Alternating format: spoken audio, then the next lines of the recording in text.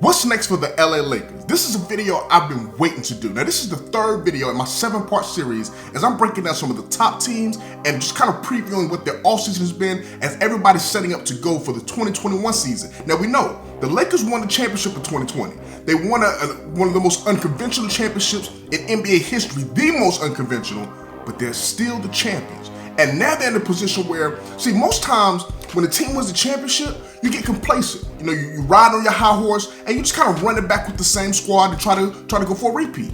Not the Lakers. Not the Lakers. The Lakers understand if we're gonna win another one, if we're gonna be able to maintain and defend our crown, we've got to get better.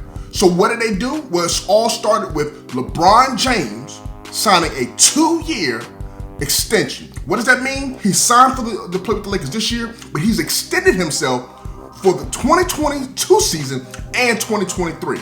Now, that 2-year contract is very, very substantial. And I'm gonna tell you why. It's the longest contract he could have signed. Based on the new CBA, where a player cannot sign a multi-year contract past the year of 38, he's in a position now where he signed the maximum length of time that he could with the Lakers. What does that mean? He's here for the long haul. Also, that was the groundbreaking news because he didn't have to sign at that time. He could have waited and kind of played out his option. He not only let the Lakers know, he let the world know, I'm here and I'm here to stay. And it gave a lot of confidence to that young 27-year-old phenom in Anthony Davis, who signed on his own long-term deal, not a 1-year, not a 2-year, a 5-year deal with the LA Lakers. 5 years, $190 million. Now, that right there is mind-blowing when you think about the potential that he had to only do, let's say, like a 2-year or like a 2-and-1, right? Where you do a 2-year contract with a year of a player option. He could have done that and opted out after that 2nd-year contract. He would have been eligible for a maximum contract of when you are a 10-year or more veteran and you get a maximum deal, you get 35% of the salary cap. That's a lot of money. That's the kind of contracts LeBron James has gotten in years past. Anthony Davis, he's pretty much bypassing that option to say, I'm here and I'm gonna lock up guaranteed money, $190 million. So I love that contract for him, for LeBron, and for the Lakers. That dynamic duo is guaranteed to be in the Lakers this year and the next 2 years. So they got 3 more years together, minimum. And I think it's gonna be longer than that, to be honest with you. But what about the rest of the squad? You've got your 2 key pieces there. You got the best player in the game, LeBron James, back. And in my opinion, you got a legitimate top 4 player in the game in Anthony Davis. You put those 2 together, they're an immediate contender. But you need some pieces to go around you. So in this episode, I'm going to be breaking down what the other moves that the Lakers did, kind of previewing, how they'll fit with each other on the court, and just kind of getting an overview of what the season, the prediction for what I think for this Lakers team. And then we'll also, because remember, this is just the 3rd video of my 7-part series, so I'll be previewing my next video, as you don't want to miss that. Make sure you stick around to the end. Also, go ahead and hit that subscribe button. Let's get that subscriber count up. Hit that like button. We're going to get 200 likes on this video, so hit that like button. Man, stick around to the end. We got a lot to get in. Man, let's get into it. Are you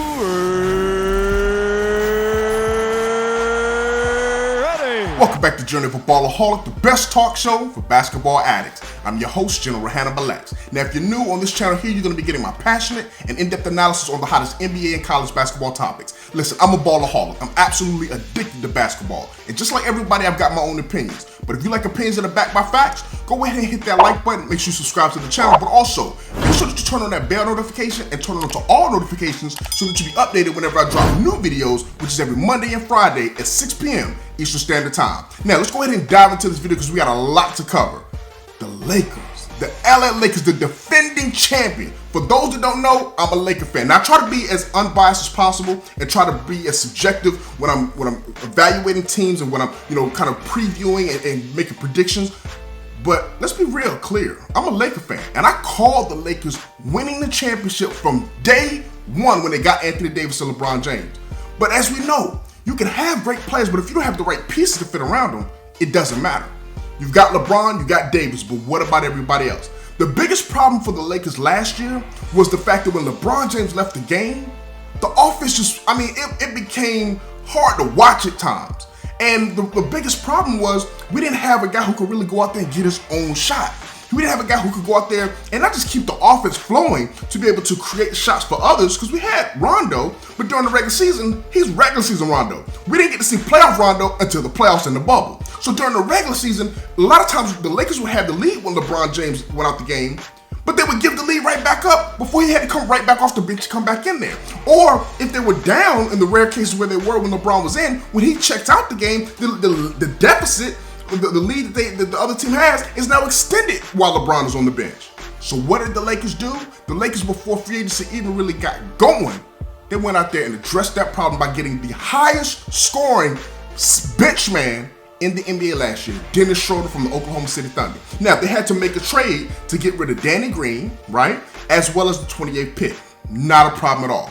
What you basically did was you replaced Rajon Rondo with Dennis Schroder. How does that look? How does that work out? Well, what you lose, first of all, is you lose a legitimate facilitator. Rondo's one of the best quarterbacks on the court that there is in the game. So you're not going to replace that with Dennis Schroder. He's not that kind of player from a facilitating standpoint, not that quarterback on the court.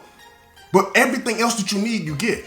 Everything else. Schroder's a better defender. Schroder's younger, and typically he's healthier. So during the regular season, you're going to get a much better version of a backup guard when you're talking about Schroder in comparison to Rondo. Now the playoffs is still TBD for Schroder being able to match up with what Rondo did in the playoffs. But let's just think about that for a second. Schroder's a better scorer.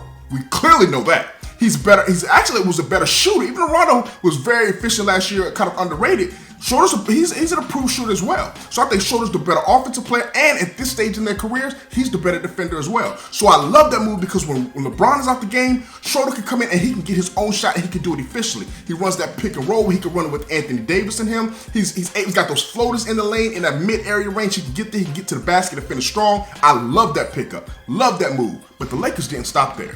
They didn't just stand on their hands and say, okay, well, we got a six man, we got our third guy now, so he's the third guy in this, and because everybody wanted Kuzma to be the third guy last year. They criticized Kyle Kuzma up and down for him being inconsistent.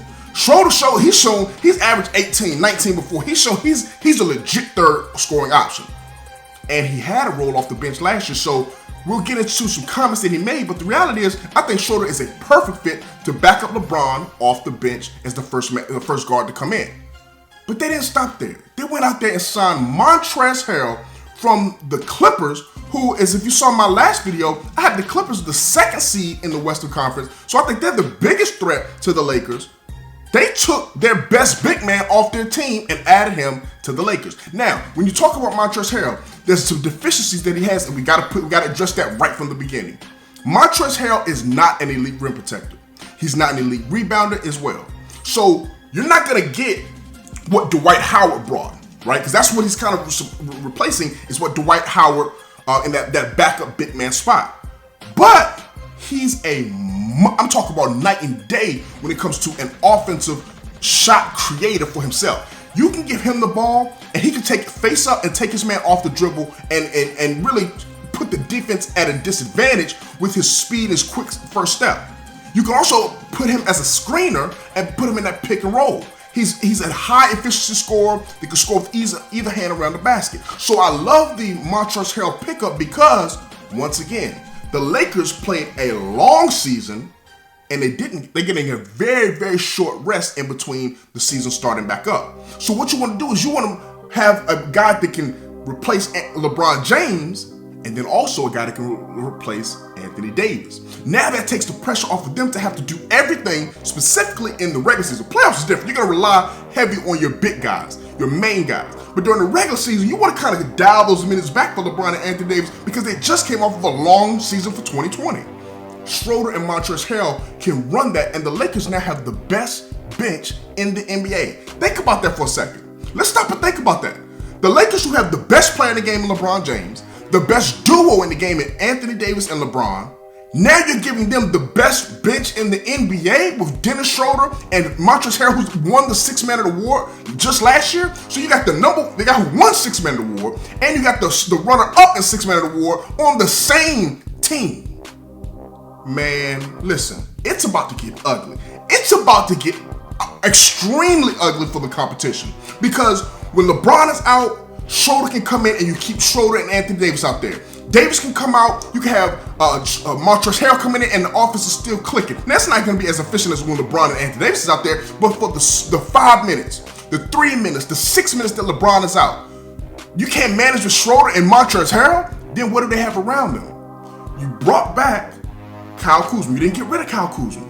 LeBron James just talked about the other day, he's expecting a big jump for Kyle Kuzma. Not necessarily maybe from a statistical standpoint, but from an efficiency standpoint. I think we're going to see a better defender in Kyle Kuzma. I think he'll be a better rebounder, and I think he's going to be more efficient because now the pressure has been taken off of him to be the third star. Nobody's talking about Kuzma anymore. Nobody's talking about him being the third star that they were talking about last year. All that pressure was on his shoulders. Now he can just be this young kid that just goes out and plays ball. He may not even be the fourth, or he may not even be the fifth scorer on this team. For real, he's definitely not going to be the top two. Definitely not going to be the third or the fourth. That'll be Schroder and Montrezl Harrell. So he's at best case scenario is the fifth option on this team. That's a lot of pressure off of him. Then you got Alex Caruso, who got some valuable playoff time. He's back. He'll be better. Man, this team, and they brought back Markieff Morris. Do you understand how big that is?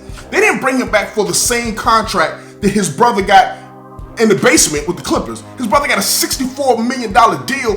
Markieff Morris signed for the vet minimum, and in some people's eyes, he's the better of the two. He's the better twin in some people's eyes. And he got paid a vet minimum deal while his brother across the hall got paid $64 million. So when you put that five together off the bench, by far, without question, Montrezl Harrell, Markieff Morris, Dennis Schroder, Kyle Kuzma, Alex Caruso, you got grit, you got toughness, they're gonna play with energy. That team right there, that five-man unit right there, without question is the best out there. But the Lakers didn't stop there, man. The Lakers went and decided to say, not only are we gonna improve our bench, improve our depth, we're going to improve our starting lineup. Think about this. When they traded for Schroder, they got rid of Danny Green. Now, a lot of people criticize Danny Green, but I think Danny Green, even though his shot was not consistent, he had some big moments. I mean, we remember even game one of the season last year, we had like 27 points against the Clippers. We saw him even in the playoffs have some big games, make some big plays. He played some solid defense, even though he's declining, he was solid. Wesley Matthews is better than Danny Green at this point in their career. He's a better shooter, and he's a better defender. Wesley Matthews is that guy who's going to, most of the time, take that challenge of guarding the other team's best player. Look back when he played against when Milwaukee played against the Clippers. It was him guarding Kawhi Leonard. When the Milwaukee was playing the Lakers, a lot of times you saw Wesley Matthews trying to guard LeBron James. Wesley Matthews has that dog in him. One of those guys from Marquette, like the Dwayne Wades and the Jimmy Butlers, they got that dog in them. Then they brought back Kentavious Caldwell-Pope, who was the third leading scorer for the Lakers in the finals. The third leading scorer. Once again, like Kyle Kuzma, he's not going to be asked to be that high quality of a scorer. But KCP showed he can be a clutch shooter and he's a solid defender. So you put KCP and Wesley Matthews on that perimeter around LeBron with Anthony Davis, and then they went out there and didn't stop there. They upgraded the center position to add Marc Gasol. Now, a lot of people say, well, JaVale McGee's a better shot blocker. Dwight Howard, he's a better defender than Montrezl, so your defense has gotten so much worse. This is what you have to understand. Athleticism at the rim and shot blocking, yes, the Lakers have lost that. But the Lakers' defense didn't get any worse. Marc Gasol is a better positional defender than JaVale McGee. A lot of times JaVale and the IQ, we're not even going to compare the IQ between Marc Gasol and JaVale McGee. Also, Montrezl Harrell, a lot of people don't know this. Montrezl Harrell led all big men.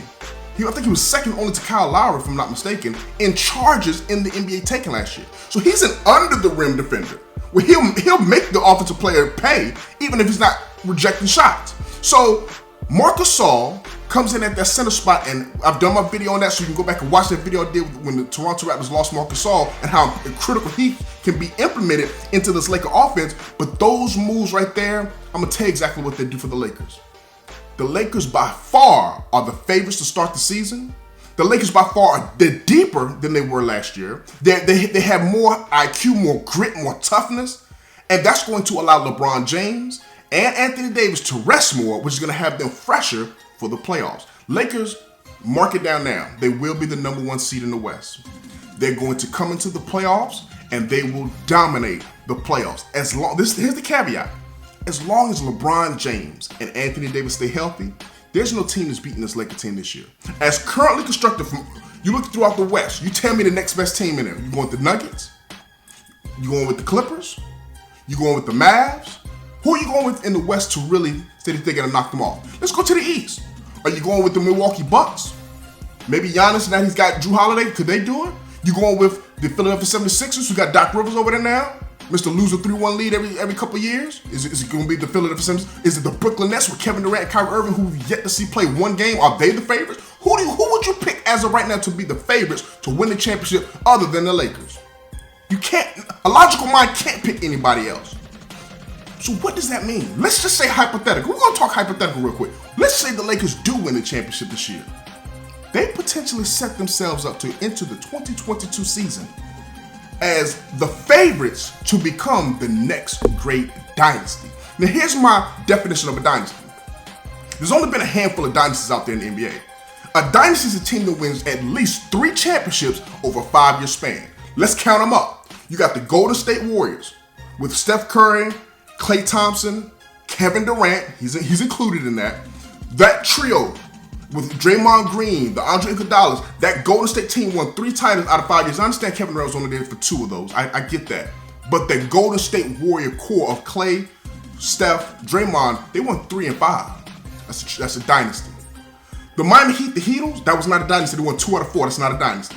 The Kobe and Gasol, they won 3 straight finals. They only won back-to-back titles. That's not a dynasty. The last dynasty before the Golden State Warriors was the San Antonio Spurs from 03 to 07. They won 03, 05, 07. That's 3 years, 3 titles in 5 years. That's a dynasty. The 2000 to 2002 Lakers, 3 in a row. That's a dynasty. The Bulls, 96 to 98, 91 to 93. That's a dynasty. Before that, you got the 80s Lakers and the 80s Celtics. And before that, you got the 60s Celtics. And before that, you got the 50s Lakers. Those are the only dynasties in the history of the game. LeBron James and Anthony Davis, based on their contracts, have set themselves up to potentially be a dynasty, the next great dynasty. But here's the issue, though. Not necessarily the issue, but here's the one thing you got to keep in your mind. With LeBron locked up and with Anthony Davis locked up, and they've signed Montrezl Harrell to 2 years. They brought in Marc Gasol for 2 years. So you can see, and LeBron just signed this extension for 2 additional years. They're going for the 3-peat. Now, will they get it? Well, we got to see. And to me, like I said, even if they lose this year or lose next year, if they win 3 out of the next 5, to me, it's still a dynasty. One of the greatest teams ever put together. And I think this LeBron and Anthony Davis duo, I think it has the potential to go down as one of the greatest duos in NBA history. Now, the team that had to truly have a sigh of relief when the news broke about LeBron and Anthony Davis signing these long-term deals, specifically Anthony Davis, but also with LeBron as well. The team that had a major sigh of relief was the Milwaukee Bucks, because Giannis, there had been rumors that he's not signing this extension. Now, he's got until December 21st to sign, but he is taking his time with this thing. And there was rumors that Anthony Davis was also taking his time to see if they can line up that contract. But now with them signing these long-term deals, it kills any idea of Giannis coming to the Lakers. So that's great news for the NBA. It's especially great news for the Milwaukee Bucks. And we'll get to them potentially in one of these upcoming previews as well, so stick around for that. But on my next video, I've got to do a preview on what's next for the Miami Heat, because Miami, they're the runner-ups last year. They're the team in the East that other teams are chasing. As of today, they're the best team from last year in the East. So we got to get into them. So if you haven't subscribed to this channel, hey man, what are you waiting for? Right now, hit that subscribe button. If you haven't hit the like button, hit the like button. Help me with this YouTube algorithm. Let's get this video out to as many people as possible. And by hitting that like button and leaving a comment, that helps to spread this video to as many people as possible across the YouTube platform. So go ahead right now, subscribe to the channel. If you've missed any of those previous videos where I broke down what's next for the LA Clippers, click this video right here. Also, if you want to go ahead and become a member, yesterday we had an amazing live yesterday, over an hour long. discuss the John Wall and Russell Westbrook trade. So listen, if you want to become a member to be able to kind of stand out, what you do is you basically get a loyalty badge, which will kind of help you stand out in the chat, so that way you'll be able to get your questions answered, your comments will be able to show up faster. So if you want to do that, I would definitely appreciate you supporting the channel. It's I've kind of changed the structure for the membership, which only it's 99 cents. I think it's just 99 cents for you to sign up to be a member. But like I said, that's pretty much the only perk you'll get, is being able to have that loyalty badge, and you'll stand up in the chat. But we had an amazing time. I opened up to everybody. So if you haven't seen it, you can check that out as well. But listen, man, I want y'all to stay safe in the streets. Once again, if you haven't subscribed, hit the link right here. If you missed my video where I talked about what's next for the Clippers, hit the box right here. Until next time, be safe in the street. General Hannibal X, I'm out.